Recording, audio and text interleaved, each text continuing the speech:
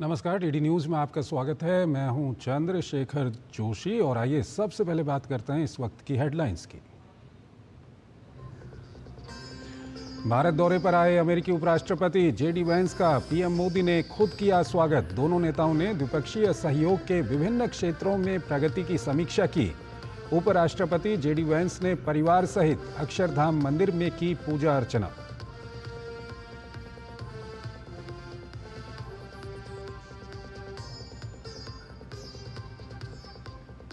मंगलवार को 2 दिन के सऊदी अरब दौरे पर रवाना होंगे PM Modi. Crown prince Mohammed bin Salman के साथ होगी द्विपक्षीय मुलाकात।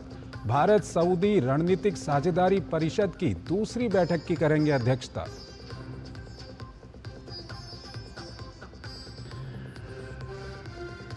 विदेश में चुनाव आयोग पर सवाल खड़ा करने वाले राहुल के बयान पर देश में घमासान। बीजेपी ने कहा, विदेश में अपने लोकतंत्र को अपमानित और बदनाम करना राहुल की हताशा। उनकी नीति और नियत में खोट। जब जीतते हैं तो नहीं उठाते हैं आयोग पर सवाल।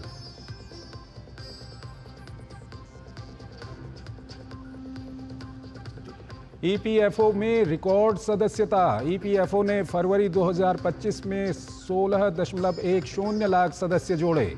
7.39 लाख नए सदस्य हुए पंजीकृत। फरवरी 2025 में जोड़े गए कुल नए ग्राहकों का 57.71%।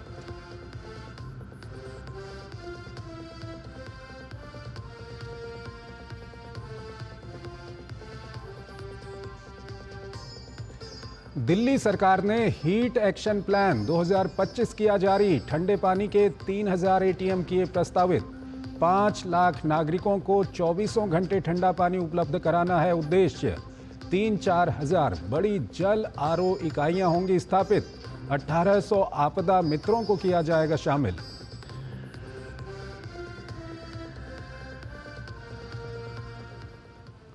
और आइए अब खबरों को विस्तार से देखते हैं। अमेरिका के उपराष्ट्रपति जेडी वैंस आज भारत दौरे पर दिल्ली पहुंचे।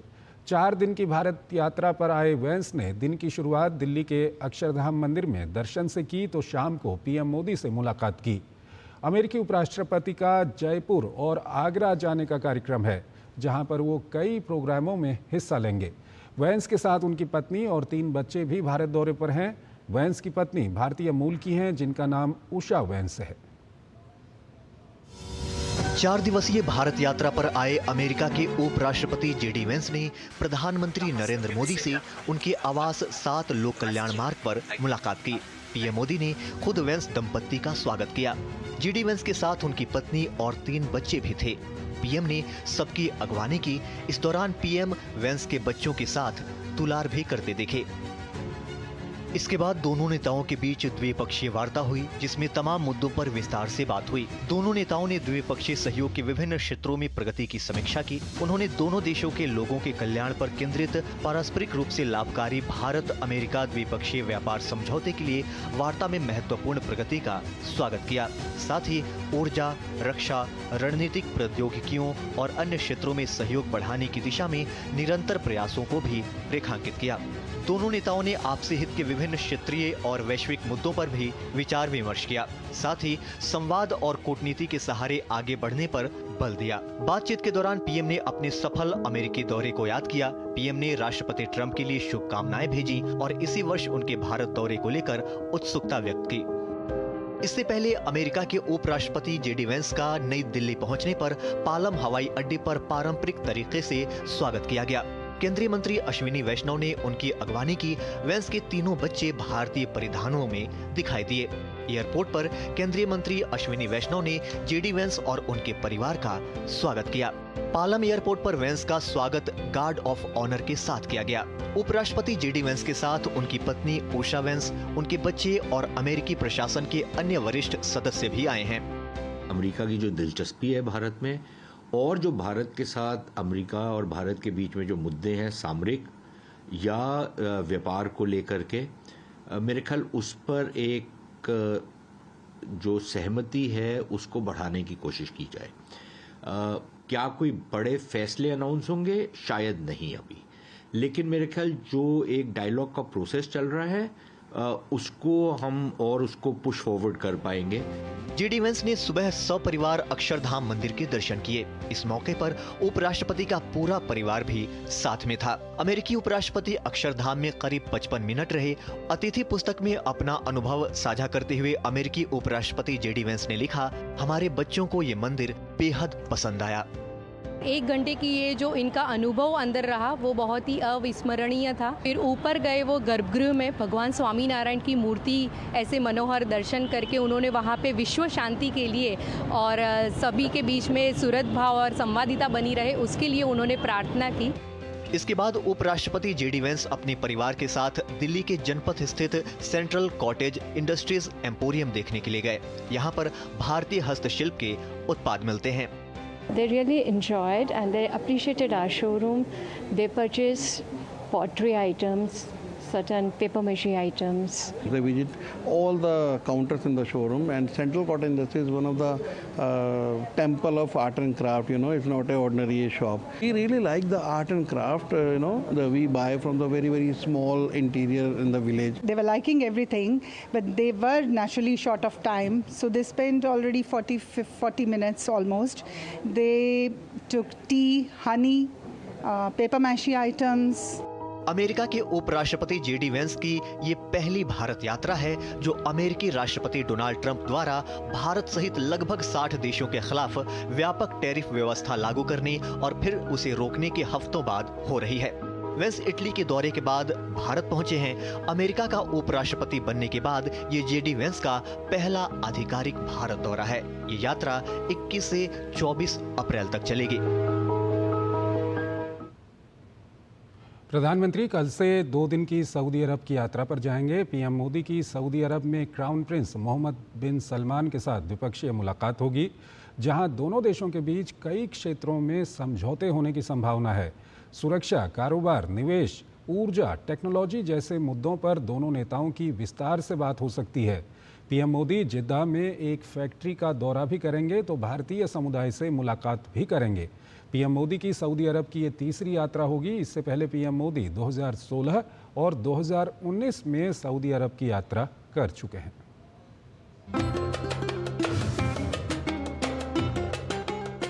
भारत सऊदी अरब का दूसरा सबसे बड़ा व्यापारिक साझेदार है। 2023-24 में दोनों देशों के बीच लगभग 43 बिलियन अमेरिकी डॉलर का व्यापार हुआ था, जो भारत और सऊदी अरब के बीच आर्थिक रिश्तों की कहानी बयां करता है। प्रधानमंत्री नरेंद्र मोदी 22 और 23 अप्रैल को सऊदी अरब की यात्रा करेंगे। तीसरे कार्यकाल में प्रधानमंत्री मोदी की सऊदी अरब की ये पहली यात्रा है। इससे पहले वे साल 2016 और साल 2019 में सऊदी की यात्रा कर चुके हैं। जेद्दा शहर में प्रधानमंत्री मोदी और सऊदी अरब के crown prince Mohammed bin Salman की द्विपक्षीय मुलाकात होगी। इस दौरान सुरक्षा, कारोबार, निवेश, ऊर्जा, टेक्नोलॉजी जैसे मुद्दे चर्चा में शामिल हो सकते हैं।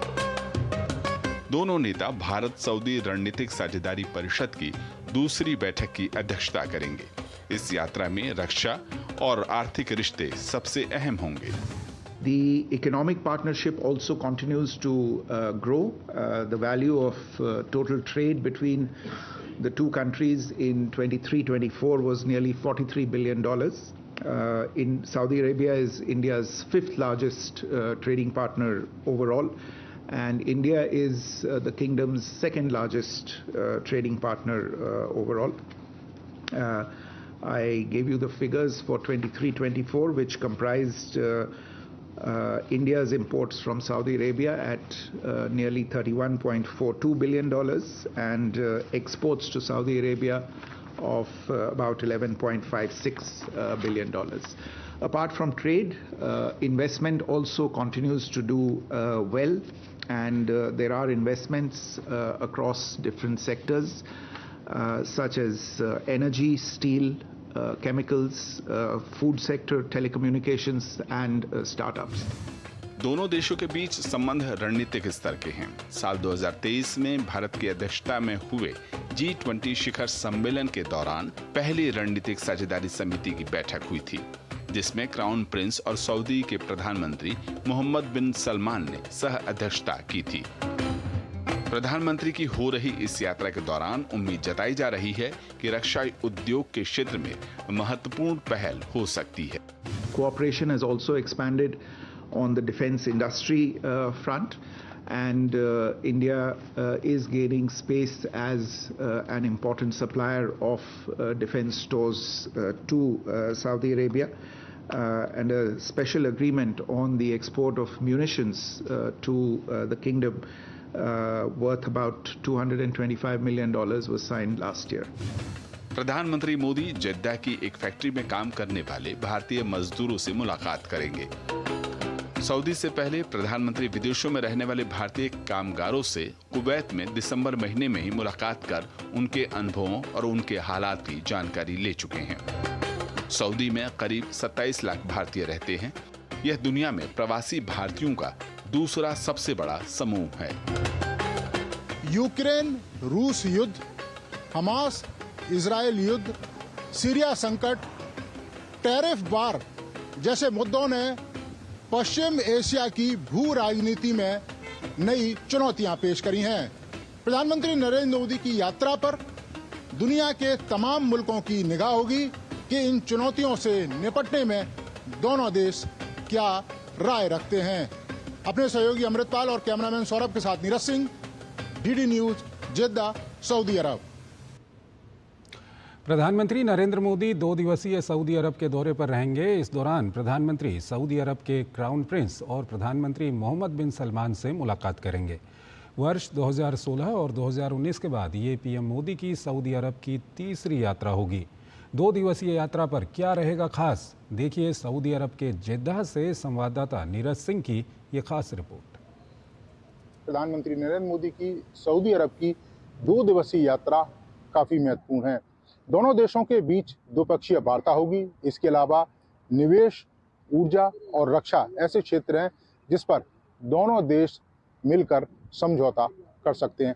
रक्षा उत्पादों की बात करें तो पिछले कुछ सालों में सऊदी अरब ने भारत के रक्षा उत्पादों में काफ़ी दिलचस्पी दिखाई है। आपको बता दें कि सऊदी अरब और भारतीय थल सेना के बीच एक सैन्य अभ्यास भी हुआ है। इसके अलावा भारतीय नौसेना और सऊदी अरब की नौसेना के बीच भी 2 सैन्य अभ्यास हुए हैं और भारतीय नौ सैनिकों ने सऊदी अरब के नौसेना के जवानों को ट्रेंड भी किया है। तो इस लिहाज से हम देखें तो रक्षा को लेकर ये यात्रा काफ़ी महत्वपूर्ण हो सकती है। इसके अलावा सौर ऊर्जा और ऊर्जा के क्षेत्र में भी भारत और सऊदी अरब काफ़ी करीब हैं और उस पर भी दोनों देशों के बीच में समझौता हो सकता है। प्रधानमंत्री 2 दिवसीय यात्रा में जेद्दा में जो एक फैक्ट्री मौजूद है, खासतौर से डेट्स फैक्ट्री है, वहाँ पर भी प्रधानमंत्री विजिट करेंगे। और आपको बता दें भारतीय ने सऊदी अरब के जेद्दा में खजूर प्रोसेसिंग यूनिट लगाई है और जिसमें हजारों की संख्या में भारतीय वर्कर भी काम करते हैं। सऊदी अरब के जो कामगार हैं वो भी काम करते हैं। तो प्रधानमंत्री नरेंद्र मोदी भारतीय जो कामगार हैं उनसे मुलाकात करेंगे और उसको लेकर भारत के जो कामगार हैं जो खासतौर से जेद्दा में काम करते हैं वो काफ़ी उत्साहित हैं। तो दोनों देशों के लिए ये यात्रा मील का पत्थर होगी क्योंकि पिछले 8-10 सालों में भारत और सऊदी अरब एक दूसरे के काफ़ी नज़दीक आए। इसके साथ साथ ही पश्चिम एशिया में जिस तरह का तनाव और जिस तरह की चुनौतियां हैं उस पर भी दोनों मुल्कों के नेता मिलकर बात कर सकते हैं। कैमरामैन जयशंकर के साथ नीरज सिंह, डीडी न्यूज़, जेद्दा, सऊदी अरब। प्रधानमंत्री नरेंद्र मोदी ने 17वें लोक सेवा दिवस के अवसर पर लोक सेवकों को संबोधित किया। इस मौके पर उन्होंने भारत को शासन, पारदर्शिता और नवाचार का प्रतीक बताया। पीएम मोदी ने कहा कि भारत का आकांक्षी समाज, चाहे वो युवा हो, किसान हो या महिलाएं, अभूतपूर्व सपने देख रहा है और इन सपनों को पूरा करने के लिए उतनी ही तेज गति से प्रगति जरूरी है। उन्होंने लोक सेवकों को नए भारत का शिल्पकार बताते हुए पुरानी प्रणालियों को छोड़कर वैश्विक चुनौतियों के साथ तालमेल बिठाने और ज़मीनी स्तर पर योजनाओं के प्रभाव को बढ़ाने का आह्वान किया। प्रधानमंत्री नरेंद्र मोदी ने 17वें लोक सेवा दिवस के अवसर पर विज्ञान भवन में लोक सेवकों को संबोधित किया और कहा कि भारत आज शासन, पारदर्शिता और नवाचार में नए मानक स्थापित कर रहा है। पीएम मोदी ने इस मौके पर समग्र विकास, आकांक्षी ब्लॉक कार्यक्रम और नवाचार की श्रेणियों में पुरस्कार प्रदान किए। उन्होंने कहा कि दुनिया भारत में निवेश करने के लिए उत्साहित है और ये सुनिश्चित करने की जरूरत है कि ब्लॉक और जिला स्तर पर कोई लाल फीताशाही न हो, तभी अपने लक्ष्यों को हासिल किया जा सकता है। उन्होंने कहा कि शासन की गुणवत्ता इस बात से निर्धारित होती है कि योजनाएं कितनी गहराई तक जनता के बीच पहुंचती हैं और उसका जमीनी स्तर पर कितना वास्तविक प्रभाव हुआ है। इस बार सिविल सर्विसेज डे के theme holistic development of India रखी गई है। ये सिर्फ एक थीम नहीं है, ये हमारा कमिटमेंट है, देश की जनता से हमारा वादा है।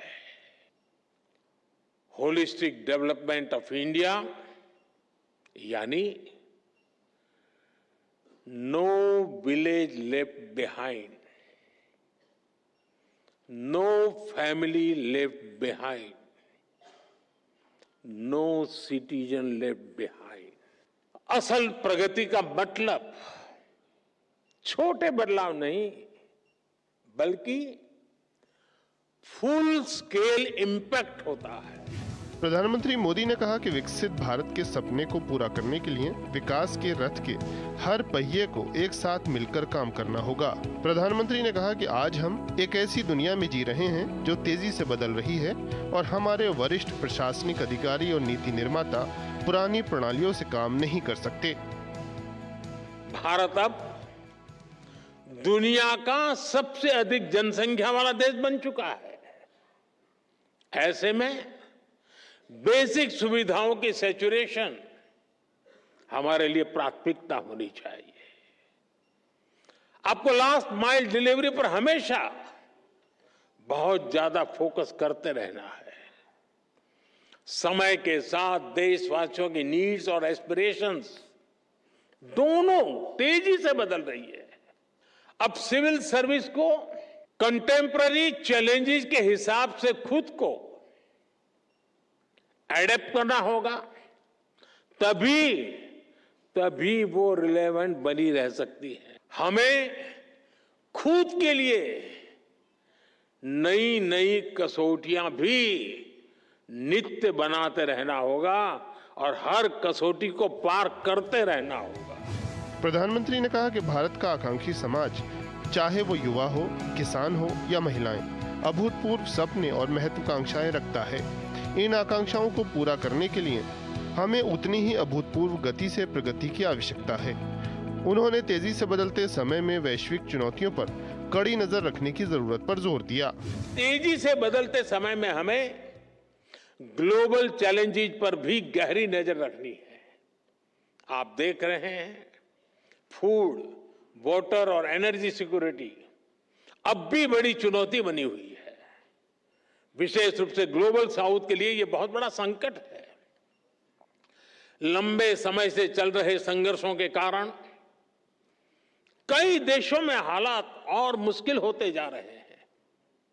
इसका असर लोगों पर पड़ता है, रोजमर्रा के जीवन पर पड़ता है।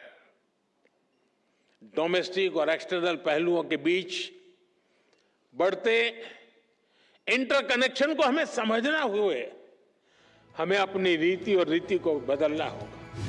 प्रधानमंत्री नरेंद्र मोदी ने लोक सेवकों को नए भारत का शिल्पकार बताया। उन्होंने इसके लिए दायित्वों को निभाने के लिए खुद को और अधिक सक्षम बनाने का आह्वान किया। प्रधानमंत्री ने कहा कि 2014 के बाद से देश में व्यवस्था परिवर्तन का एक बहुत बड़ा महायज्ञ शुरू हुआ है और देशवासी तेज गति के साथ खुद को ढाल रहे हैं। ब्यूरो इनपुट के साथ निशांत सौरभ की रिपोर्ट, डीडी न्यूज। बंगाल के मुर्शिदाबाद में हुई हिंसा को 12 दिन बीत गए हैं, लेकिन हिंसा वाले इलाकों में अभी भी तनाव बरकरार है। पीड़ित परिवार अभी भी इंसाफ मांग रहे हैं, तो पलायन कर चुके लोग अपनी सुरक्षा को लेकर चिंतित हैं। बीते दिनों बंगाल के राज्यपाल सहित राष्ट्रीय मानवाधिकार आयोग और राष्ट्रीय महिला आयोग की टीम पीड़ितों से मिल चुकी है, तो आज बीजेपी नेता और केंद्रीय मंत्री सुकांता मजूमदार पीड़ितों से मिलने पहुंचे। बीजेपी लंबे समय से ममता सरकार को इस हिंसा के लिए दोषी ठहरा रही है, तो बांग्लादेशी घुसपैठियों को इस प्रकार की हिंसा के लिए संरक्षण देने का दोषी भी ठहरा रही है। राज्य में कानून व्यवस्था को लेकर ममता सरकार लंबे समय से सवालों के घेरे में है।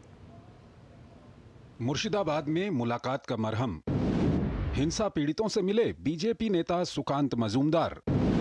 ममता के बयान पर बीजेपी हमलावर, हिंदू मुस्लिम में बंटवारे का लगाया आरोप। मुर्शिदाबाद हिंसा के पीड़ितों का दर्द अब भी हरा है, हालांकि उनसे मुलाकात कर उनके जख्मों पर मरहम लगाने का काम जारी है। केंद्रीय मंत्री और पश्चिम बंगाल भाजपा अध्यक्ष सुकांत मजूमदार मुर्शिदाबाद के हिंसा प्रभावित इलाकों में पहुंचे और पीड़ितों से मुलाकात की। उन्होंने कहा कि बीजेपी जनता की मांगों के साथ खड़ी है, लेकिन ममता बनर्जी अधिकारियों पर पीड़ितों को वापस भेजने के लिए दबाव बना रही है। लेकिन वो कहां जाएंगे? उनके घर चला दिए गए हैं और नष्ट कर दिए गए हैं। इस तरीके का मानसिकता का चीफ मिनिस्टर पश्चिम बंगाल में रहेगा तो सोहरावर्दी पार्ट 2, गेट कलकत्ता की लिंक्स पार्ट 2 और पश्चिम बंगाल का विभाजन तय है। इससे पहले राज्यपाल सीवी आनंद बोस, राष्ट्रीय महिला आयोग और एनएचआरसी की टीम ने पीड़ितों से मुलाकात की थी। महिला आयोग की टीम ने मालदा और मुर्शिदाबाद में हिंसा प्रभावित क्षेत्रों का दौरा करने के बाद रविवार को राज्यपाल सीवी आनंद बोस से मुलाकात की थी। टीम ने राज्यपाल को हिंसा प्रभावित क्षेत्रों के बारे में जानकारी दी। टीम ने कहा कि पश्चिम बंगाल सरकार को महिलाओं और उनके परिवारों की रक्षा के लिए बहुत सख्त कदम उठाने की जरूरत है, ताकि उन्हें राहत मिले और डर का माहौल खत्म हो जाए। उधर बीजेपी का कहना है कि टीएमसी विधायकों पार्षदों द्वारा बहुत ही योजनाबद्ध तरीके से मुर्शिदाबाद दंगे किए गए और इसमें ममता बनर्जी का पूरा समर्थन और हाथ है। ममता बनर्जी को हम देखे ही है, जो स्टेटमेंट वो दिए है कि हम लोग इस वक्फ आइन को यहाँ पर लागू करने नहीं देंगे, आप लोग को कुछ कहना है तो केंद्र में करिए। हम लोग को एनआईए इन्वेस्टिगेशन चाहिए ताकि सच निकल के आए।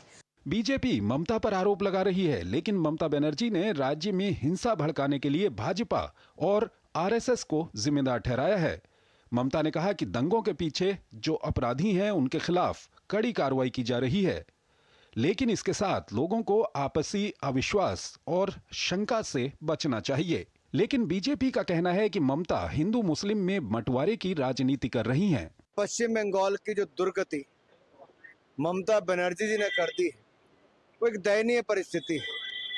अपने ही देश में पश्चिम बंगाल में हिंदुओं को पलायन पे मजबूर होना पड़ रहा है और इसके लिए जिम्मेदार कोई है तो राज्य की सरकार ममता बनर्जी जी की सरकार है। इस बीच मुर्शिदाबाद जिला प्रशासन ने संपत्ति के नुकसान पर एक प्रारंभिक रिपोर्ट तैयार की है। शुरुआती अनुमानों के अनुसार अशांति के दौरान 250 से अधिक घरों और 100 दुकानों में तोड़फोड़ की गई। उधर मुर्शिदाबाद हिंसा मामले में दायर दोनों याचिकाओं को याचिकाकर्ताओं ने सुप्रीम कोर्ट से वापस ले लिया है। कोर्ट ने कहा कि याचिका जल्दबाजी में तैयार हुई दिखती है। इस तरह के मुद्दे पर अधिक गंभीरता बरतने की जरूरत है। याचिकाकर्ता वकील शशांक शेखर झा ने मौजूदा याचिका वापस लेकर बेहतर तरीके से तैयार नई याचिका दायर करने की अनुमति मांगी, जो कोर्ट ने दे दी। Bureau report, DD news. Paschim Bangal के मुर्शिदाबाद में हिंसा, आगजनी, तोड़फोड़ मामले में बंगाल पुलिस ने ओडिशा से 2 आरोपियों को गिरफ्तार किया है, जबकि 6 अन्य लोगों को ओडिशा पुलिस ने पूछताछ के लिए हिरासत में लिया है। ओडिशा के झारसुगुड़ा उत्तरी रेंज के आईजी हिमांशु कुमार लाल ने कहा कि पश्चिम बंगाल पुलिस के अनुरोध पर मुर्शिदाबाद में हरगोविंद दास और चंदन दास की हत्या और मुर्शिदाबाद हिंसा से जुड़े 2 आरोपियों को गिरफ्तार किया गया है। उन्होंने बताया कि आरोपियों को काबू में करने के लिए पुलिस को फायरिंग भी करनी पड़ी। गिरफ्तार आरोपियों ने पूछताछ के आधार पर हत्या और आगजनी में शामिल 6 अन्य आरोपियों को हिरासत में लेकर पूछताछ की जा रही है। मुर्शिदाबाद में जो हरगोविंद दास और चंदन दास जो दर्दनाक मर्डर केस था, उसके संदर्भ में वेस्ट बंगाल पुलिस का एक रिक्वेशन आया था कि कुछ एक्यूज यहाँ आए हैं और उस केस के कंटेक्स्ट में हमारी जो झारसुगुड़ा एसपी ने एक टीम बनाकर रेड किया तो 2 एक्यूज सैफुल हक और बानी इजराइल जो थे वो मुझे पुलिस कस्टडी में आए तो उनके पास एक वेपन था और उन्होंने कस्टडी से भागने की कोशिश भी की तो पुलिस ने एयर में राउंड फायर करके उनको कस्टडी में रखा और बाकी उनके इंट्रोगेशन के आधार पर बाकी 6 सस्पेक्ट एक्यूज और भी जो क्राउड किलिंग के उनके जो कर सकते हैं राइटिंग के और आर्सन्स के जो 6 एक्यूज और भी पकड़े गए हैं और इस केस में इन्वेस्टिगेशन चल रहा है। और केंद्रीय मंत्री और पश्चिम बंगाल भाजपा अध्यक्ष सुकांत मजूमदार ने कहा कि हिंसा प्रभावित पश्चिम बंगाल में अनुच्छेद 355 लगाने का फैसला राष्ट्रपति के अधिकार क्षेत्र में आता है। उन्होंने कहा कि मुर्शिदाबाद समेत पश्चिम बंगाल में हिंदुओं को बंदूक की नोक पर बंधक बनाकर उनसे इस्लामिक धार्मिक नारे लगवाए गए। As Supreme Court has stated the thing, so we don't have any remark on it. It is the decision of the Honorable President of the country. She is eligible enough to take the decision. So I think we should not pass any kind of comment in this regard. They have been, taken on gunpoint and they have been pressurized to chant Allahu Akbar. The Hindu women, they have been pressurized to chant Allahu Akbar. So this was the situation under Mamata Banerjee's regime.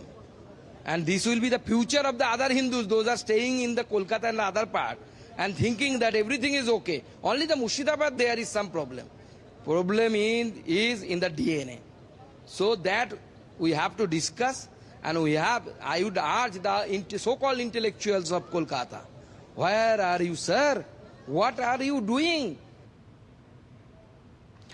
Web summit Bharat की रचनात्मक और नवोन्मेषी सोच का एक जीवंत मंच बनने जा रहा है। कॉमिक्स क्रिएटर चैंपियनशिप उभरते कलाकारों को न केवल अपनी प्रतिभा दिखाने का मंच दे रही है, बल्कि उन्हें अंतर्राष्ट्रीय स्तर पर जुड़ने, सहयोग करने और वैश्विक साझेदारियां बनाने का अवसर भी प्रदान कर रही है। कॉमिक्स क्रिएटर चैंपियनशिप में भारत भर के कहानीकार सीक्वेंशियल आर्ट की सीमाओं को नए सिरे से परिभाषित कर रहे हैं।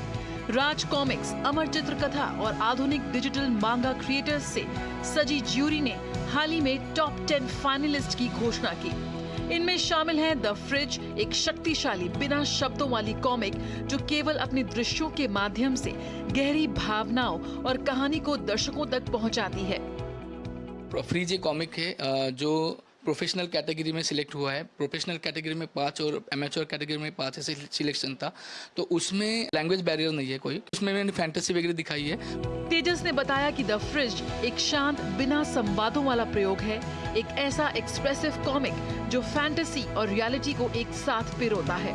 शब्दों की अनुपस्थिति के बावजूद ये भावनाओं और दृश्यों के माध्यम से बेहद प्रभावशाली ढंग से संवाद करता है, जिससे ये सभी उम्र और भाषाओं के पाठकों को लुभाती है।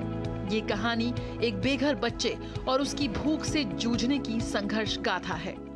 फ्रिज इस तरह का कॉमिक है कि जिसमें डायलॉग नहीं है पहले तो, जो एनीबडी कैन रीड, क्योंकि उसका लैंग्वेज का बैरियर नहीं है। दूसरा उसमें क्या है कि जो भी सोशल प्रॉब्लम है, जो there is big problem hunger, जो हंगर का प्रॉब्लम है वो मैंने उसमें दिखाया है। तेजस मानते हैं कि वेव्स जैसे प्लेटफॉर्म उनके जैसे क्रिएटर्स के लिए नए रास्ते खोलेंगे और भारत में कॉमिक्स को दोबारा लोकप्रिय बनाएंगे। 90s का जो कल्चर था वो एक कॉमिक बेस रीडर का कल्चर था। अभी ऐसा कल्चर शिफ्ट हुआ है कि अब स्वाइपिंग कल्चर आ गया है, और वेव्स के माध्यम से अभी क्या हो रहा है, एक ग्लोबल प्लेटफॉर्म मिल रहा है, जिसके तहत क्या हो रहा है कि एक आर्टिस्ट को रिकग्नाइजेशन मिल रहा है, आर्टिस्ट को काम करने का मौका मिल रहा है, कोलैब करने का मौका मिल रहा है, खुद को प्रमोट करने का मौका मिल रहा है। कॉमिक्स के लिए तो बहुत अच्छे दिन आए हैं। वेव्स के थ्रू ये सब होने जा रहा है। ये बड़ा प्लेटफॉर्म मिलेगा आर्टिस्ट को, उनका काम दिखाने के लिए। बहुत से आर्टिस्ट है, बहुत अच्छा काम करते हैं, उनके लिए ये प्रेरणा होगी। ये कहानियां न केवल ध्यान आकर्षित कर रही हैं, बल्कि सोचने के नए तरीके भी पैदा कर रही हैं। आज के इमर्सिव मीडिया और क्रिएटिव टेक्नोलॉजी के युग में कॉमिक्स अब केवल मनोरंजन नहीं, बल्कि सांस्कृतिक पुनर्जागरण और नवाचार का सशक्त माध्यम बनते जा रही हैं। श्यामा मिश्रा की report, DD news, Mumbai. Comics creator championship उभरते कलाकारों को न केवल अपनी प्रतिभा दिखाने का मंच दे रही है, बल्कि उन्हें अंतर्राष्ट्रीय स्तर पर जुड़ने, सहयोग करने और वैश्विक साझेदारियां बनाने का अवसर भी प्रदान कर रही है। इस चैंपियनशिप से जुड़े एनिमेशन, शॉर्ट फिल्म और कॉमिक क्रिएटर जैसे विभिन्न विधाओं में देश के अलग अलग जगहों के लोगों ने अपने हुनर के जरिए फाइनलिस्ट सूची में अपनी जगह बनाई है। बरेली के विद्यांश ने भी ऑल इंडिया कॉमिक्स क्रिएटर के फाइनल में अपनी जगह बनाई है। ये कंपटीशन भारत सरकार की ओर से उन बच्चों के लिए आयोजित किया गया था जिनकी कॉमिक्स क्रिएशन में रुचि है। विद्यांश ने बताया कि उसे बचपन से ही ड्राइंग में रुचि रही है और चित्र बनाने की प्रेरणा उसे अपने आसपास के लोगों से मिली। विद्यांश के पिता शिवशंकर मिश्रा भी अपने बेटे के बचपन से इसमें रुचि की तस्दीक करते हैं और ये कहते हैं कि यही वजह है कि आज विद्यांश इस मुकाम पर पहुंचा है। ड्राइंग हाउस, वहाँ से मुझे एक वीडियो दिखी इसमें इस कंपटीशन के बारे में बताया हुआ था, तो मैंने वहाँ से सोचा कि चलो एक बार ट्राई करते हैं। वही मैंने जो बताया कि द ड्राइंग हाउस चैनल मुझे मिला, तो मैंने उस पर एक वीडियो देखी थी। उस पर उन्होंने बताया था कि ऐसा एक कंपटीशन हो रहा है इंडियन गवर्नमेंट के द्वारा, तो मैंने कहा कि चलो एक बार पार्टिसिपेट करते हैं। जब गवर्नमेंट का नाम सुना तो लगा कि हाँ पार्टिसिपेट करना चाहिए, तो पार्टिसिपेट किया और सफ़र तो काफ़ी सही रहा, क्योंकि शुरुआत से ज़्यादा पेजेस बनाने नहीं थे, रफली 10 पेजेस बनाने थे। 10 पेजेस इतना मुश्किल काम नहीं है, तो ठीक ही रहा। बच्चे तो देखिए, ये तो मैं नहीं बताऊंगा कहाँ से आए थे, कैसे बता सकता हूँ, मगर ये था कि ऑल ओवर इंडिया से ही लोग आए थे। और अभी जितने फाइनलिस्ट हैं मैंने उनमें देखा कई लोग हैं जो कि बहुत अलग अलग जगहों से आए हुए हैं, तो मुझे लग रहा है कि पूरे देश से ही अलग अलग जगह से लोग आए होंगे कि हाँ जो काम किया उसमें सफलता मिली, तो काफ़ी खुशी है इस बात की। सही कह रही हैं कि बच्चे अधिकतर मोबाइल में लगे रहते हैं और हमने इसीलिए इनको थोड़ा बढ़ावा भी दिया कि थोड़ा ये मतलब पढ़ाई में, दोनों बच्चे हमारे बिटिया है एक और ये दोनों विंध्यास पढ़ते रहते हैं, तो हमने कहा ठीक है ये अपना कॉमिक्स बना रहे हैं या जो भी है ठीक है, थोड़ा बहुत अपना अच्छा एक अलग से मतलब इनकी रुचि रहे, अपना कुछ ना कुछ करते रहें। और कॉमिक्स भी अच्छी चीज़ है, क्योंकि आप देखिए दूसरी कंट्रियों में देखिए, जापान है या जो है चाइना है, वहाँ सभी लोग बच्चे बना रहे हैं और उनका अच्छा वो भी है, कोई भी काम ख़राब नहीं है। अगर बच्चे को इंटरेस्ट है, वो अपना पढ़ाई में भी सही है, क्योंकि उसमें पढ़ाई में उसके कोई दिक्कत नहीं आई, हाई स्कूल में उसके अच्छे परसेंटेज भी आए CBSE बोर्ड से। जिस प्रकार से इनका इंटरेस्ट है और अगर सरकार इनको सपोर्ट करेगी तो आगे ये नेशनल लेवल पे भी शायद पहुंच सकते हैं। ऐसे ही एक फाइनलिस्ट ऋषभ मोहंती ने अपने चयन पर खुशी व्यक्त की है। साथ ही सरकार की ओर से कॉमिक क्रिएशन जैसी इनोवेटिव विधा और सोच को बढ़ावा देने के प्रयासों की भी ऋषभ तारीफ करते हैं। OTT वालों को के लिए भी एक नया, बहुत ही नया एक अवसर है, तो मैं भी यही सोच रहा हूँ कि उनको समझाएं कि बहुत सारे आर्टिस्ट और एनिमेटर्स और इंडिया में हैं जो बहुत अच्छे कहानियाँ और बहुत अच्छे लेवल टैलेंटेड लोग हैं जो कहानियाँ बताना चाहते हैं। तो मैं बहुत खुश हूँ इस बात को लेके कि ये वो लोग कर रहे हैं और इसको एक्नॉलेज कर रहे हैं कि इंडिया में बहुत टैलेंट है। तो बहुत बहुत बधाई उनके लिए कि उन्होंने शुरू किया और आई होप कि आगे जाके हर साल ये हो। वहीं ग्रेटर नोएडा के अभिजीत सक्सेना ने बताया कि वो अपने एनिमेशन फिल्म के जरिए लोगों तक कहानी पहुंचाना चाह रहे हैं जो लोगों को काफ़ी पसंद आएगी। इसके साथ ही अभिजीत ने भारत में नवोन्मेषी सोच को बढ़ावा देने के लिए सरकार को धन्यवाद दिया। सभी को, युवाओं को और सबको प्रेरणा भी देगी, पसंद भी आएगी। नाम इसका मैंने अराइज अवेक रखा है। जैसा कि सबको मालूम है, उठो जागो और लक्ष्य प्राप्ति तक रुको ना, या arise awake, stop not till the goal is reached, इस तरह का स्वामी विवेकानंद जी ने हमें मंत्र दिया था और ये हमेशा ही यूथ को इंस्पायर करता है, प्रेरणा देता है। तो मैं इसको बड़े पर्दे के ज़रिए, एक एनिमेशन फिल्म के ज़रिए भारत के आम युवाओं तक पहुंचाना चाह रहा हूं। इंडेक्स जो GII है उसमें भारत ने छलांग लगाई, 83 से 38 नंबर पे हम उछल के पहुंचे हैं।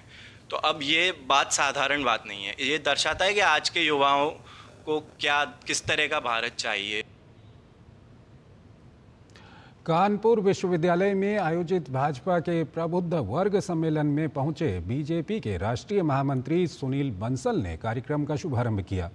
कार्यक्रम के दौरान AI के जरिए स्वर्गीय अटल बिहारी वाजपेयी की अपील वीडियो भी प्रदर्शित किया गया। वहीं एक राष्ट्र एक चुनाव को लेकर बीजेपी के राष्ट्रीय महामंत्री सुनील बंसल ने लोगों को जागरूकता का संदेश दिया।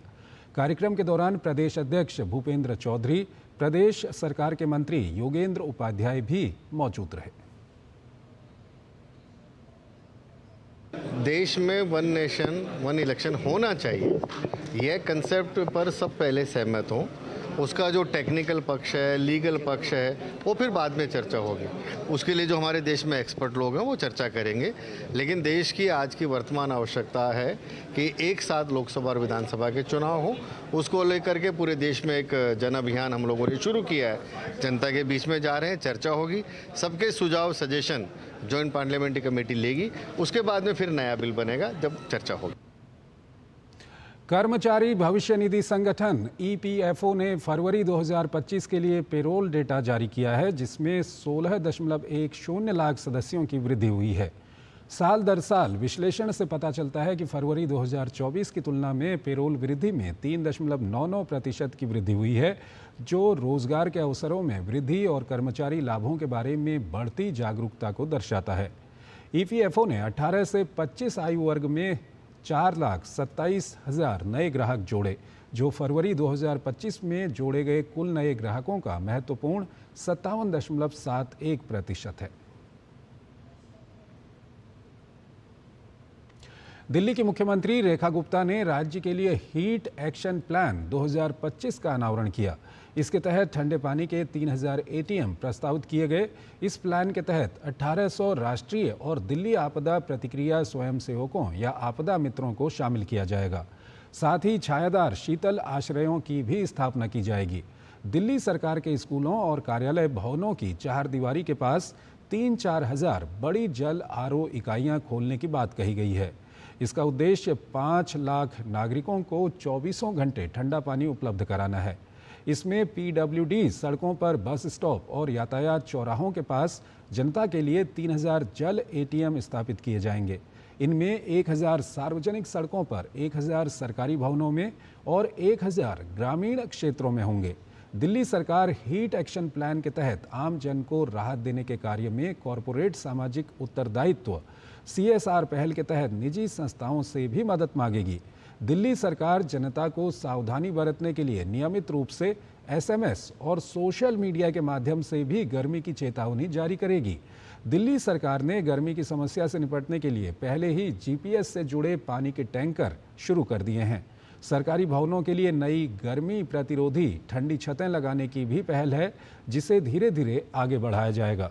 दिल्ली के मंत्री मनजिंदर सिंह सिरसा ने कहा है कि दिल्ली की जनता को गर्मी से राहत देने के लिए हीट एक्शन प्लान जारी किया गया। हीट एक्शन प्लान बहुत अहमियत रखता है, दिल्ली के लोगों की जान के लिए भी बहुत ज़रूरी है। इसके लिए हमारी माननीय मुख्यमंत्री जी ने जो आपको जानकारी दी, उसके चलते बहुत बड़ा अगला प्लान रखा गया है। चाहे वो पीने के पानी से लेकर हो, चाहे वो बच्चों के स्कूली टाइमिंग्स को लेकर हो, स्कूल की वेकेशंस को लेकर, इन सब चीज़ों को ध्यान में रखते हुए एक कंप्लीट प्लान बनाया गया है और हमें यकीन है कि ये एक हमारा कामयाब प्लान होगा और दिल्ली के लोगों को इससे चलते हम गर्मी से, हीट से ये राहत दिला पाएंगे। और हीट स्ट्रोक इस वक्त का बहुत बड़ा खतरा रहता है, उसके लिए भी हमने इसके बीच में आपको सारी जानकारी दी है, वो भी एक हमने इसको कंसिडर किया है। इन सब चीज़ों से राहत जरूर मिलेगी। दिल्ली में वायु गुणवत्ता में गिरावट को लेकर बढ़ती चिंताओं के बीच दिल्ली सरकार में पर्यावरण मंत्री मनजिंदर सिंह सिरसा ने सोमवार को दिल्ली प्रदूषण नियंत्रण समिति DPCC के अध्यक्ष, सचिव पर्यावरण और प्रमुख विभागों के वरिष्ठ अधिकारियों के साथ एक आपातकालीन उच्च स्तरीय बैठक की अध्यक्षता की। मनजिंदर सिंह सिरसा ने बढ़ते वायु गुणवत्ता सूचकांक AQI पर गहरी चिंता व्यक्त की और स्थिति को नियंत्रण में लाने के लिए समन्वित समयबद्ध कार्रवाई के लिए सख्त निर्देश दिए, जिसमें अत्यधिक प्रदूषण फैलाने वाले उद्योगों, संस्थानों और निर्माण स्थलों की पहचान कर उन पर कार्रवाई करना, धूल नियंत्रण मानदंडों का उल्लंघन करने वाले निर्माण कार्यों को तत्काल निलंबित करना, बड़ी परियोजना स्थलों और प्रदूषण हॉटस्पॉट पर पानी के छिड़काव और एंटी स्मोक गन की तैनाती करने का निर्देश दिया। इसके साथ ही स्कूल और अस्पतालों सहित संवेदनशील क्षेत्रों में वास्तविक समय पर वायु गुणवत्ता की निगरानी और सेकेंडरी धूल प्रदूषण का कारण बनने वाली कच्ची सड़कों और खुले डंपिंग पॉइंट्स के खिलाफ कार्रवाई करने का निर्देश दिया। पर्यावरण मंत्री ने अंतर्विभागीय समन्वय का आह्वान करते हुए कहा कि पर्यावरणीय जिम्मेदारी किसी एक विभाग की नहीं, बल्कि सभी का सामूहिक कर्तव्य है। मनजिंदर सिंह सिरसा ने MCD और DPCC टीमों को दैनिक प्रगति रिपोर्ट प्रस्तुत करने का निर्देश दिया और बार बार उल्लंघन करने वालों के खिलाफ सख्त दंडात्मक कार्रवाई पर जोर दिया। नेपाल के दूसरे बड़े शहर पोखरा में चीन के बनाए अंतर्राष्ट्रीय हवाई अड्डे की निर्माण प्रक्रिया में भ्रष्टाचार और अनियमितता होने के साक्ष्य मिले हैं। नेपाल की 12 सदस्यीय समिति ने निर्माण में करीब 14 अरब नेपाली रुपये के भ्रष्टाचार का खुलासा किया है। इस खुलासे में बताया गया है कि हवाई अड्डा निर्माण एक चीनी कंपनी ने चीन से आसान ऋण के साथ किया था। सांसद राजेंद्र लिंगडेन के नेतृत्व में प्रतिनिधि सभा की लोक लेखा समिति ने परियोजना में शामिल कई वरिष्ठ अफसरों के विरुद्ध जांच व कार्रवाई की मांग की। पोखरा क्षेत्रीय अंतर्राष्ट्रीय हवाई अड्डा चीन के एक्सिम बैंक से लगभग 22 अरब रुपये के ऋण से बनाया गया था और 29 दिसंबर 2022 को चीनी कंपनी ने इसे पूरा किया। हालांकि ये सुविधा आधिकारिक तौर पर जनवरी 2023 में शुरू की गई थी, लेकिन हवाई अड्डे पर कुछ चार्टर्ड उड़ानों को छोड़कर कोई नियमित अंतर्राष्ट्रीय उड़ानें नहीं हुई हैं।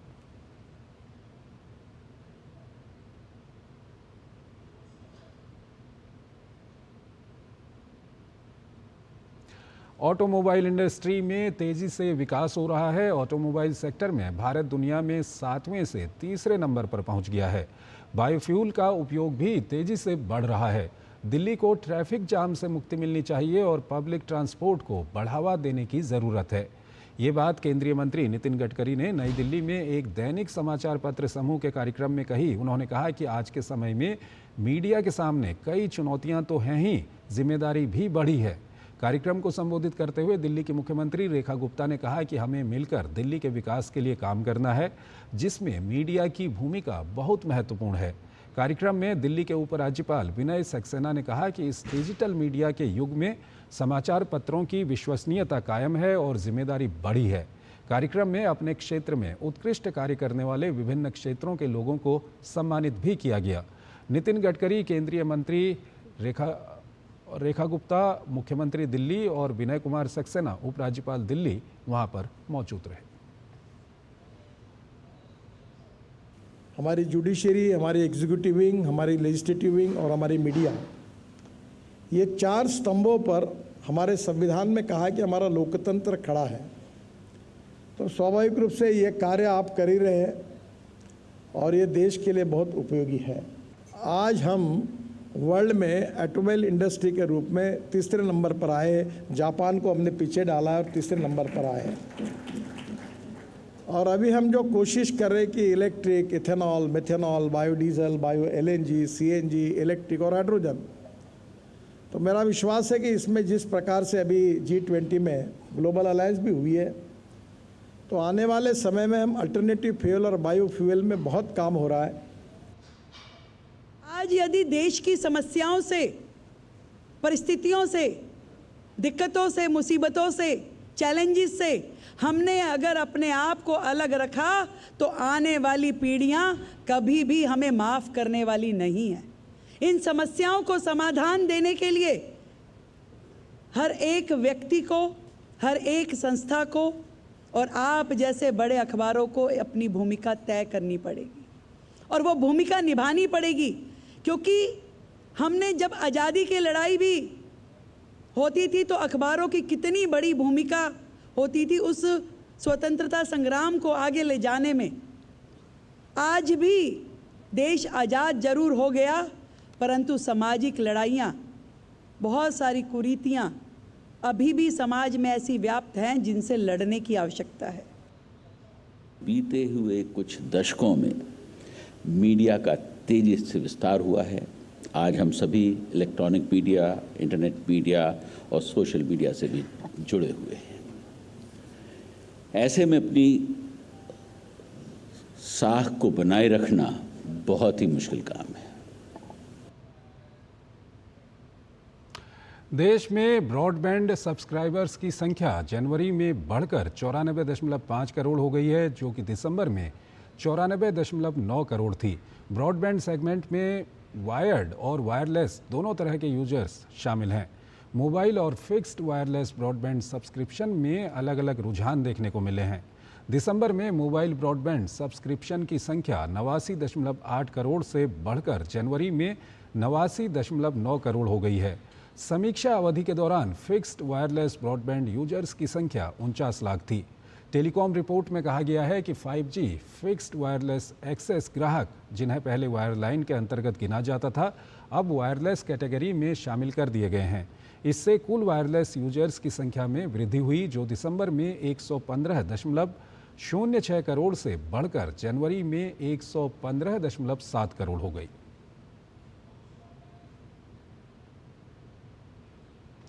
नई दिल्ली स्थित विज्ञान भवन में 17वां सिविल सेवा दिवस का आयोजन किया गया। इस कार्यक्रम में केंद्रीय मंत्री जेपी नड्डा बतौर मुख्य अतिथि शामिल हुए। इस दौरान केंद्रीय मंत्री ने प्रधानमंत्री जन आरोग्य योजना पर चर्चा करते हुए कहा कि केंद्र की ये योजना महज कोई प्रोग्राम नहीं था, बल्कि बहुत गहरी सोच थी। वर्ष 2014 से पहले कार्यक्रम के तहत सरकार का एक्सपेंडिचर 29% था और वर्तमान समय में 48% है। इस योजना के तहत प्रतिवर्ष प्रत्येक गरीब परिवार को 5 लाख रुपए की स्वास्थ्य बीमा दी जाती है। यह दुनिया की सबसे बड़ी स्वास्थ्य बीमा योजना है। इस योजना में 5 लाख की राशि में सभी जांच, दवा, अस्पताल में भर्ती के खर्च आदि भी शामिल हैं। वर्ष 2024 में इस योजना का विस्तार हुआ और 70 वर्ष और उससे अधिक आयु के सभी वरिष्ठ नागरिकों को निःशुल्क इलाज की व्यवस्था की गई। प्रधानमंत्री जन आरोग्य योजना 2018 और आयुष्मान आरोग्य मंदिर, जो हेल्थ एंड वेलनेस सेंटर के रूप में जाना जाता है, ये कोई ऑनगोइंग स्कीम नहीं थी और ये कोई प्रोग्राम ऐसा नहीं था कि कुछ प्रोग्राम किसी को शुरू करना इसलिए शुरू कर दिया। ये बहुत वेल थॉट प्रोसेस से निकला हुआ प्रोग्राम। गवर्नमेंट का एक्सपेंडिचर 2014 में 29% था, आज गवर्नमेंट का एक्सपेंडिचर 48% हो गया है। छत्तीसगढ़ के बीजापुर जिले के थाना तोयनार क्षेत्र अंतर्गत तोयनार मोरमेड़ सड़क निर्माण कार्य सुरक्षा ड्यूटी पर तैनात छत्तीसगढ़ आर्म्ड फोर्स की 19वीं बटालियन के आरक्षक मनोज पुजारी माओवादियों के द्वारा लगाए गए आईईडी के ब्लास्ट होने से शहीद हो गए। गौरतलब है कि जवान रविवार सुबह थाना तोयनार क्षेत्र अंतर्गत तोयनार मोरमेड़ मार्ग पर सड़क निर्माण की सुरक्षा में तैनात थे, तभी बम पर पैर पड़ने से धमाका हुआ। शहीद जवान के पार्थिव शरीर को रक्षित केंद्र बीजापुर स्थित शहीद वाटिका में श्रद्धांजलि दी गई।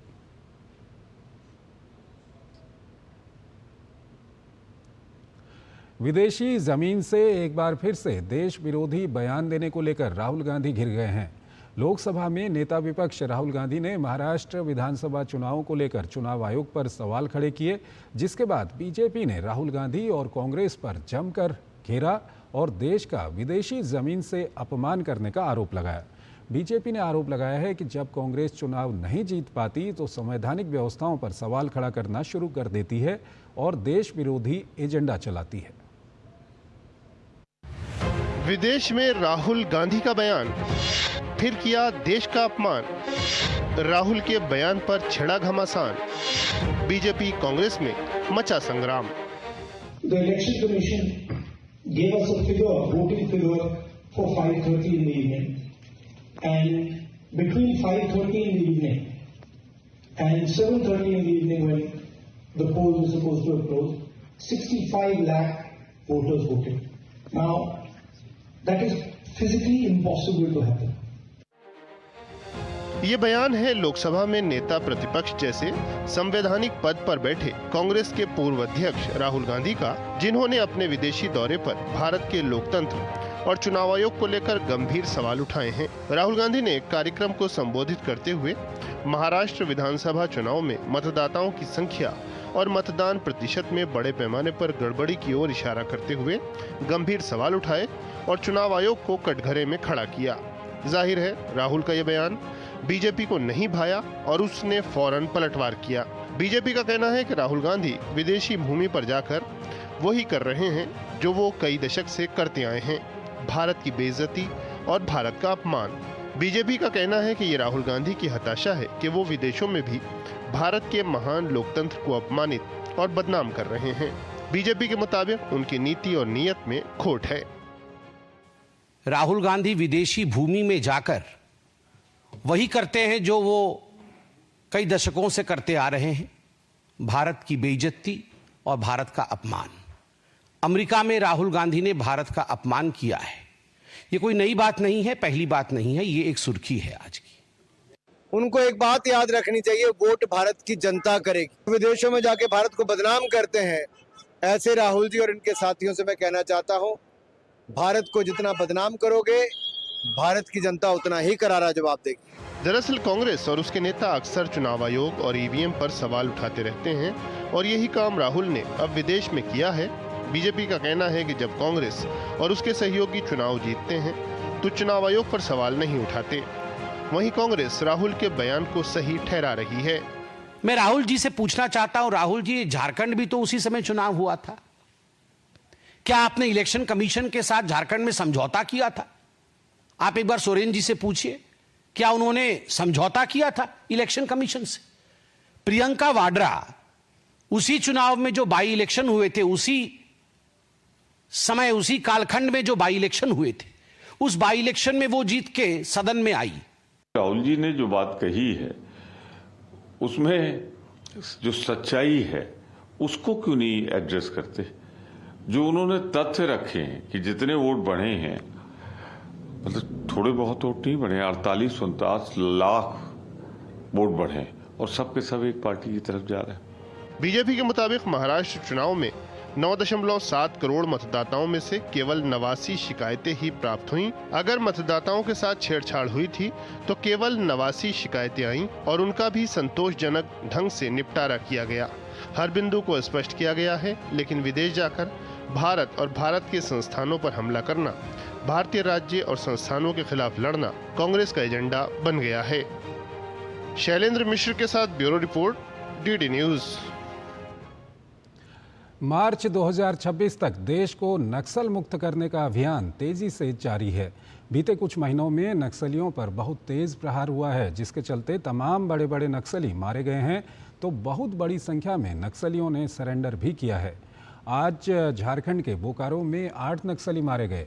आज ढेर हुए नक्सलियों में 3 शीर्ष नक्सली विवेक उर्फ प्रयाग माझी, अरविंद यादव और साहिब राम माझी शामिल हैं।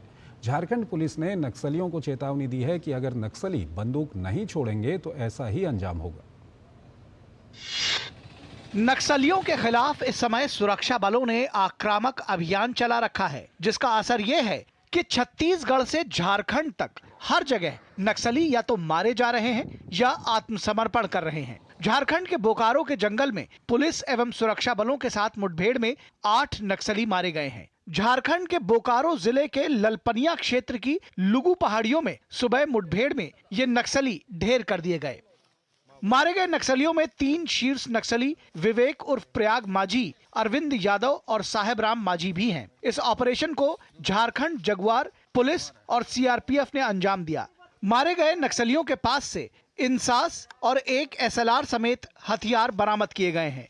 भाकपा माओवादी संगठन के सेंट्रल कमेटी मेंबर प्रयाग माझी पर राज्य सरकार ने 1 करोड़ का इनाम रखा था। उसे नक्सली संगठन में विवेक के नाम से जाना जाता था। पिछले कुछ महीनों से वो गिरिडीह की पारसनाथ पहाड़ी और आसपास के इलाके में सक्रिय था। झारखंड के अलावा बिहार, छत्तीसगढ़ से लेकर ओडिशा में 100 से भी अधिक नक्सली वारदातों में उसका नाम आया था। झारखंड पुलिस ने नक्सलियों को चेतावनी दी है कि अगर वे शांति चाहते हैं तो उन्हें आत्मसमर्पण करना चाहिए। माओवादियों के गढ़ में घुस करके 8 माओवादियों को मार गिराया है और उसमें हमारे को 4 इंसास, 1 एसएलआर, 1 रिवॉल्वर और कुछ अन्य हथियार बरामद हुए हैं। और इस पूरे ऑपरेशन का टोटल जो श्रेय जाता है वो हमारी जेजे, हमारी जिला पुलिस और हमारी सीआरपीएफ तीनों ने मिलकर के इस ज्वाइंट ऑपरेशन को किया। इसमें झारखंड पुलिस और सुरक्षा बलों ने इस वर्ष तक झारखंड को पूरी तरह नक्सल मुक्त करने का लक्ष्य निर्धारित किया है। इस बीच केंद्रीय गृह मंत्रालय के कार्यालय ने ट्वीट किया, नक्सलवाद को जड़ से उखाड़ने के लिए हमारा अभियान निरंतर जारी है। आज सुरक्षा बलों को नक्सलवाद को जड़ से उखाड़ने के लिए चल रहे अभियान में एक और महत्वपूर्ण सफलता मिली। झारखंड के बोकारो में लुगु हिल्स में मुठभेड़ में 8 माओवादी मारे गए, जिनमें एक शीर्ष स्तर का नक्सली विवेक, जिस पर 1 करोड़ का इनाम था, और 2 अन्य कुख्यात नक्सली शामिल हैं। हमारा अभियान जारी है और ये हमारे सुरक्षा बलों के प्रयासों से हुआ है। इस बीच छत्तीसगढ़ के नक्सल प्रभावित सुकमा जिले का बड़े सट्टी गांव नक्सलवाद से मुक्त होने वाला पहला गांव बन गया है। सुकमा जिले का बड़े सट्टी गांव वो इलाका है जो कभी नक्सल आतंक का गढ़ था। ये अब पूरी तरह नक्सल मुक्त हो गया है। गांव के सरपंच कलमू जोग का कहना है कि पहले हमारे गांव में डर और आतंक था, लेकिन अब नक्सली नहीं है। पंचायत में किसी बिजली होगी, सड़क होगी और आश्रम, हॉस्पिटल और जैसा सीसी रोड होगी, गली रोड होगी और गांव के लोगों को उठने बैठने के लिए पंचायत भवन, ऐसा चीज़ों पे मैं उस पैसों को खर्च करना चाहूँगा। बस्तर के आईजी सुंदर राज पी ने कहा कि हमारा लक्ष्य पूरे बस्तर क्षेत्र को इस समस्या से मुक्त करना है। हमारा अगला लक्ष्य पूरे बस्तर क्षेत्र को नक्सल मुक्त बनाना है। ऐसे और गांवों से संपर्क किया जा रहा है जो मुख्य धारा में लौटना चाहते हैं।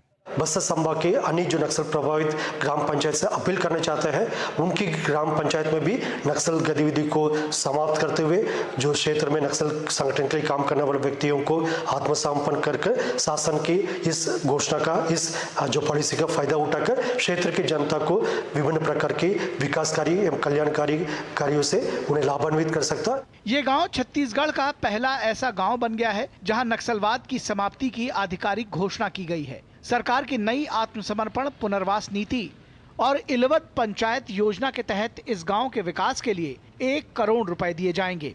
रांची से दिवाकर कुमार और रायपुर से सोमेश पटेल के साथ bureau report, DD news. Catholic ईसाई समुदाय के सबसे बड़े धार्मिक गुरु पोप फ्रांसिस का निधन हो गया है। 88 साल की उम्र में उनका निधन हुआ। दुनिया भर में कैथोलिक ईसाइयों के सबसे बड़े धर्मगुरु पोप फ्रांसिस का निधन हो गया है। वो डबल निमोनिया से पीड़ित थे। उन पर किडनी खराब होने का खतरा भी मंडरा रहा था। 88 वर्षीय पोप को निमोनिया की वजह से लंग्स में इन्फेक्शन भी हुआ था।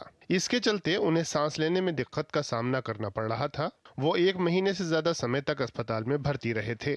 उनकी मौत की खबर के बाद पूरी दुनिया के 1.4 अरब कैथोलिक शोक में डूब गए हैं। पोप फ्रांसिस ने अपने आखिरी संदेश में जरूरतमंदों की मदद करने, भूखों को खाना देने और विकास को बढ़ावा देने वाली पहलों को प्रोत्साहित करने की अपील की थी। निधन से एक दिन पहले 20 अप्रैल 2025 को पोप फ्रांसिस ने ईस्टर संडे पर सेंट पीटर स्क्वायर में लोगों को आशीर्वाद दिया और अमेरिकी उपराष्ट्रपति JD वेंस से मुलाकात भी की थी। प्रधानमंत्री नरेंद्र मोदी ने पोप फ्रांसिस के निधन पर गहरा शोक व्यक्त किया है। प्रधानमंत्री ने पोप फ्रांसिस को करुणा, विनम्रता और आध्यात्मिक साहस का प्रतीक बताया। उन्होंने सोशल मीडिया प्लेटफॉर्म एक्स पर लिखा, पोप फ्रांसिस के निधन से मुझे गहरा दुख हुआ है। शोक की इस घड़ी में दुनिया भर के कैथोलिक समुदाय के प्रति मेरी हार्दिक संवेदनाएं। पोप फ्रांसिस को दुनिया भर के लोग हमेशा करुणा, विनम्रता और आध्यात्मिक साहस के प्रतीक के रूप में याद रखेंगे। पोप फ्रांसिस के निधन पर विश्व भर के नेताओं ने शोक संदेश जारी किए। अमेरिका के उपराष्ट्रपति JD वेंस ने भी पोप फ्रांसिस के निधन पर दुख जताया। उन्होंने सोशल मीडिया प्लेटफॉर्म एक्स पर लिखा, मेरी संवेदनाएं दुनिया भर के उन लाखों ईसाइयों के साथ हैं जो उनसे प्यार करते थे। कल उन्हें देखकर मुझे खुशी हुई। हालांकि वो जाहिर तौर पर बहुत बीमार थे, लेकिन मैं उन्हें हमेशा कोविड के शुरुआती दिनों में दिए गए उनके प्रवचन के लिए याद रखूंगा। ये वाकई बहुत खूबसूरत था। भगवान उनकी आत्मा को शांति दे। फ्रांस के राष्ट्रपति इमैनुअल मैक्रोन ने पोप फ्रांसिस को श्रद्धांजलि दी। मैक्रोन ने पोप फ्रांसिस को विनम्र व्यक्ति बताया। मैक्रोन ने कहा कि ब्यूनस आयरस से लेकर रोम तक पोप फ्रांसिस का सपना था कि चर्च गरीबों के लिए खुशी और उम्मीद का जरिया बने। उन्होंने लोगों को एक दूसरे और प्रकृति के साथ जोड़ने की कोशिश की। ये आशा उनके बाद भी जीवित रहनी चाहिए। स्पेन के प्रधानमंत्री पेड्रो सांचेज ने कहा कि मैं पोप फ्रांसिस के निधन पर शोक व्यक्त करता हूं। शांति, सामाजिक न्याय और सबसे कमजोर लोगों के प्रति उनकी प्रतिबद्धता एक गहरी विरासत छोड़ गई है।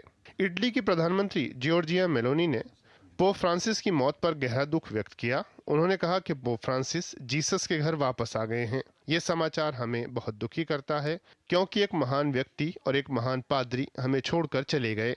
पोप फ्रांसिस का जन्म 17 दिसंबर 1936 को ब्यूनस आयरस में जॉर्ज मारियो बर्गोग्लियो के रूप में हुआ। वो रोमन कैथोलिक चर्च के 266वें पोप बने। वो लैटिन अमेरिका से संबंध रखने वाले पहले पोप और पहले जेसुइट पोप थे, जो कि रोमन कैथोलिक धार्मिक पुरुषों का एक समाज था। वो अपनी विनम्रता, सामाजिक न्याय के प्रति समर्पण और चर्च में सुधारों के प्रयासों के लिए जाने जाते हैं। पोप फ्रांसिस ने वैश्विक मंच पर महत्वपूर्ण प्रभाव डाला उनके पोपकाल की पहचान विनम्रता, सामाजिक न्याय और पर्यावरण संरक्षण के प्रति प्रतिबद्धता से रही है।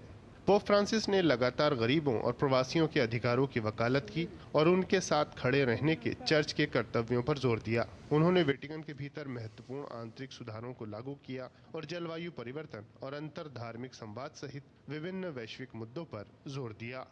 Bureau report, DD news. तो इस बुलेटिन में फिलहाल इतना ही। आप बने रहिए डीडी न्यूज के साथ। नमस्कार।